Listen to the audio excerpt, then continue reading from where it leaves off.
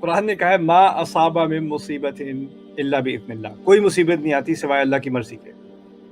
اللہ کی اجازت سے ہی آتی ہے۔ ومن یؤمن باللہ یہدی قلبہ، جس نے اللہ پہ ایمان رکھا وہ اس کے دل کو ہدایت دے دے گا، رائٹ؟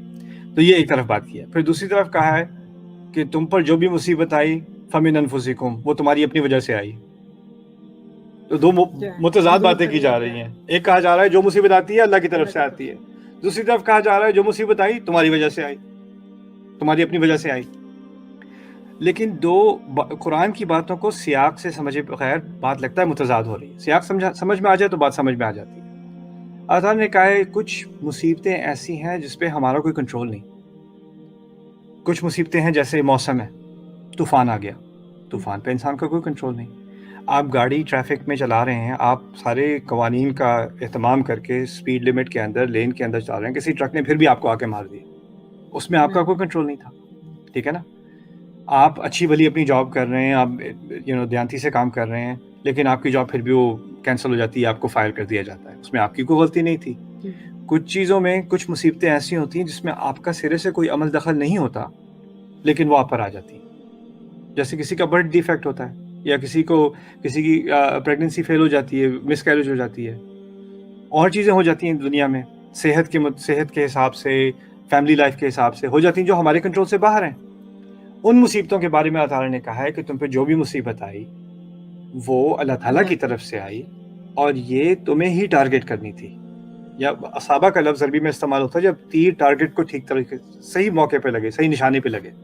یعنی یہ جو مصیبت آنی تھی یہ کسی اور کو کبھی نہیں آنی تھی، یہ صرف تمہیں ہی آنی تھی، اور اس کو تمہارے لیے خاص ہٹ کرنے کے لیے اللہ تعالیٰ نے بنایا گیا تھا، اور اس سے تمہارے ایمان کا امتحان تھا۔ وہ ایک درس ہے۔ دوسری جگہ جو بات ہو رہی ہے وہ یہ ہے کہ جب مسلمانوں نے خود کوئی غلطی کی اور اپنی غلطی کی وجہ سے ان پر مصیبتیں آئیں، جیسے فرض کریں میں سپیڈ کر رہا ہوں ہائی وے پہ، وہ بھی ہائی وے کی مثال ہو رہی تھی، میں سپیڈ کر رہا ہوں، پھر اب ایکسیڈنٹ ہو گیا، تو پھر میں کہہ رہا ہوں یا اللہ تعالیٰ پتہ نہیں کیا امتحان لے رہا ہے میرا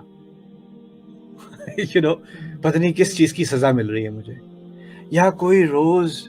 مٹھائیاں اور ڈونٹس اور چاکلیٹ اور سوڈا اور پیے جا رہا ہے، پھر اس کا جو ہے وہ کولیسٹرول بڑھ گیا، بلڈ شوگر بڑھ گیا، پھر 10 سال بعد جا کے ڈائبٹیز ہو گیا، ہارٹ کنڈیشن ہو گئی، پتہ نہیں اللہ کس چیز کا امتحان لے رہا ہے میرا،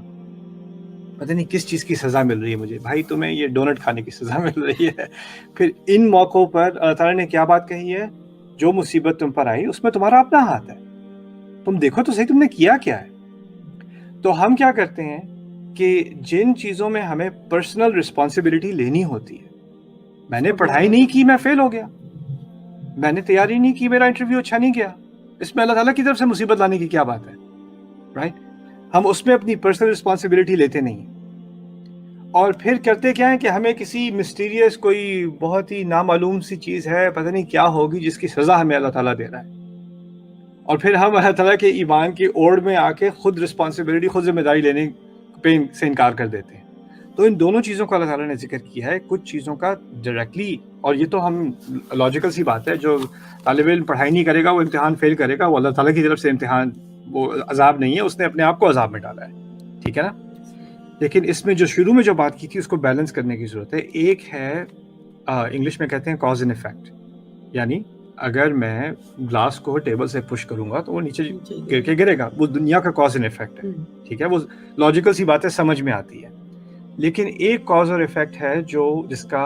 غیبی دنیا سے تعلق ہے، اور وہ شروع میں ہم نے بات کی تھی۔ اگر آپ کسی کا دل دکھائیں گے اس کو کمتری کا احساس دلانے کے لیے، تو اس چیز کا غیب میں ایک افیکٹ ہوگا، اور ہو سکتا ہے کہ اس کا افیکٹ بعد میں جا کر ہو کہ آپ کی جاب چلی جائے، ہو سکتا ہے کہ آپ کا بزنس فیل ہو جائے، اس کا آپ کی بزنس انویسٹمنٹ سے تعلق نہیں ہوگا، شاید اس کا آپ کی آپ کی کوالیفیکیشن سے تعلق نہیں ہوگا، شاید اس چیز کا تعلق کسی روحانی چیز سے، روحانی کرائم سے ہے۔ وہ کیا ہے کہ آپ نے کسی کا دل دکھایا تھا، اور اس کا اثر یہ نہیں ہے کہ فوراً ہو جائے گا، ہو سکتا ہے 10 سال بعد ہو سکتا ہے 20 سال بعد ہو، اور یہ ایک حقیقت ہے، روحانی حقیقت ہے کہ انسان کی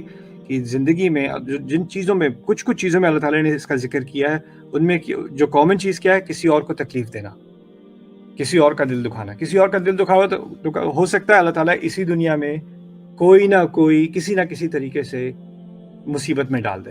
لیکن وہ مصیبت بھی اس کو میں پھر بھی اس کو عذاب نہیں کہتا، کیونکہ اوور آل پرنسپل کیا ہے قرآن کا کہ دنیا کی ساری صورتحال امتحان ہے، اور اگر مشکل امتحان میں ڈالا بھی ہے تو وہ بھی ہمیں سیدھا کرنے کے لیے، وہ بھی عذاب نہیں. عذاب صرف آخرت میں ہی ہے ایکچولی. اور اس عذاب کا اس دنیا کا جو عذاب ہے وہ صرف قوموں پر آتا ہے جب وہ تباہ ہو جاتی ہیں، بالکل برباد ہو جاتی ہیں. تو یہ جو لعنت کی بات کی گئی ہے وہ ہے ایک ایکسیپشن، کہ اگر آپ نے کسی کی عزت کے اوپر